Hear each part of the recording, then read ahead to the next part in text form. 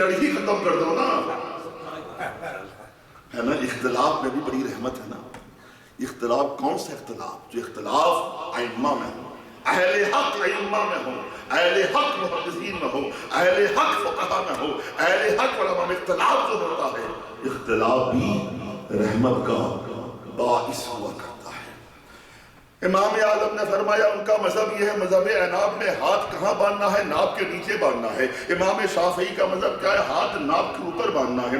امام مالک کے یہاں کیا ہے؟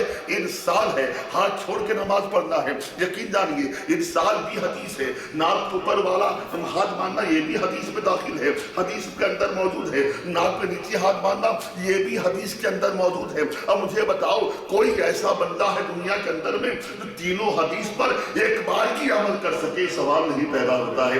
یا ہاتھ باندھو گے یہ حدیث چھوٹ جائے گی، یا ہاتھ باندھو گے ارسال چھوٹ جائے گا۔ میں کہتا ہوں جب تم حدیث کی آئینے میں تکبیر تحریمہ کے بعد ہاتھ ہی نہیں باندھ سکتے ہو، کیسے اپنے آپ کو اہل حدیث کہتے ہو؟ اس لیے ہم اہل سنت ہیں، اہل حدیث کوئی نہیں ہے۔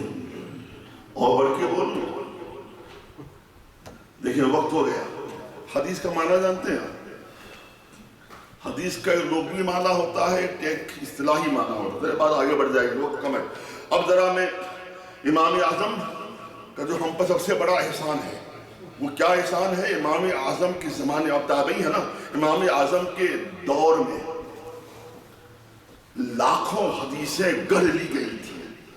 حدیث گڑھنے والے کو کہتے ہیں واضح، واضع، دعات سے۔ عربی میں دعات بواد ہے، اردو میں دعات کو زے پڑھتے ہیں، یاد رکھیے گا۔ ہم اردو بولیں گے واضح بولیں گے، عربی میں واضع بولیں گے، ٹھیک ہے نا؟ اسی سے آیا ہے حدیث موضوع عربی میں، اردو میں حدیث موضوع، یعنی جو گڑی ہوئی حدیث ہے۔ امام اعظم کے زمانے میں لوگوں نے لاکھوں حدیثیں گڑھ لی تھی۔ اب حدیثوں میں اختلاط پیدا ہو گیا تھا، خلط ملط پیدا ہو گیا تھا۔ ابھی جاننا مشکل تھا کون سی حدیث صحیح ہے، کون سی حدیث موضوع ہے، کون سی حدیث صحیح ہے، جاننا بہت ہی مشکل امر بن گیا تھا۔ تو رب کائنات نے امام اعظم کے اندر میں ایسی لیاقتیں پیدا کی تھی، ایسی صلاحیتیں پیدا کی تھی، ایسا علم و فن کا آپ کو اللہ تبارک و تعالیٰ نے بحر ذخار بنایا تھا۔ آپ نے خدا داد علم کی بنیاد پہ تمام موضوع گڑی ہوئی حدیثوں کو الگ کر دیا، اور اس کے بعد آپ نے سوچا اگر یہی معاملہ رہا تو مسلمان عمل پیرا کیسے ہوں گے، شریعت پہ عمل کیسے کریں گے؟ حدیث تو ہمارے لیے ماخذ ہے، حدیث تو ہمارے لیے مصدر ہے۔ تو میرے امام اعظم نے فقہ کی تدوین فرمائی، فقہ کو جمع فرمایا، ایک نہیں، دو نہیں، 100 نہیں، 1000 نہیں، بلکہ آپ نے 83,000 مسائل قرآن و حدیث سے آپ نے مستنبط فرمایا، اور ہمیں آپ نے جو فقہ کا انسائکلوپیڈیا دیا ہے قیامت تک کے مسلمانوں کے لیے۔ یقین جانو آپ کی تدوین فقہ مینار نور بھی ہے اور سنگ میل کی حیثیت رکھا ہے۔ یہ امام اعظم کا بہت بڑا احسان ہے ہم مسلمانوں پر، اسے کبھی بھلایا نہیں جا سکتا۔ امام اعظم رضی اللہ تعالیٰ عنہ، یہ تو ان کے علم کی بات چل رہی ہے۔ میں نے ابھی عرض کیا تھا نا، علی بن ناصر فرماتے ہیں کہ آدھے امام اعظم کی عقل ایک طرف، تمام انسانوں میں سے آدھے انسانوں کی عقل ایک طرف۔ اس لیے شاعر نے کیا پیاری بات کہی ہے معلوم ہے؟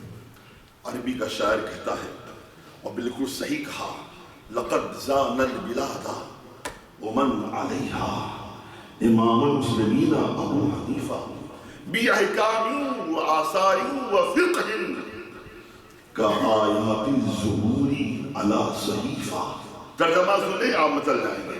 شاعر کہتا ہے لقد زانا بلاد ومن علیہا، یعنی مسلمانوں کے امام ابو حنیفہ رضی اللہ تعالی عنہ نے دنیا کو اور دنیا میں رہنے والوں کو مزین کیا۔ کیسے مزین کیا؟ احکام سے، آثار سے، فقہ سے، ایسے احکام و آثار و فقہ سے مزین کیا جیسے صحیفے پر زبور کی آیات ہوا کرتی۔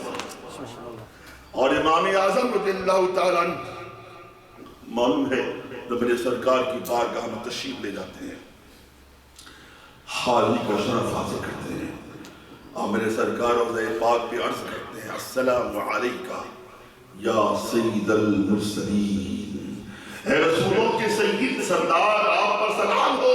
میرے آقا صلی اللہ علیہ وسلم کی قبر انور سے آواز آتی ہے، وہاں جتنے لوگ تھے سب نے سنا، آواز آئی وعلیکم السلام یا امام المسلمین، اے مسلمانوں کے امام تم پر بھی سلام ہو۔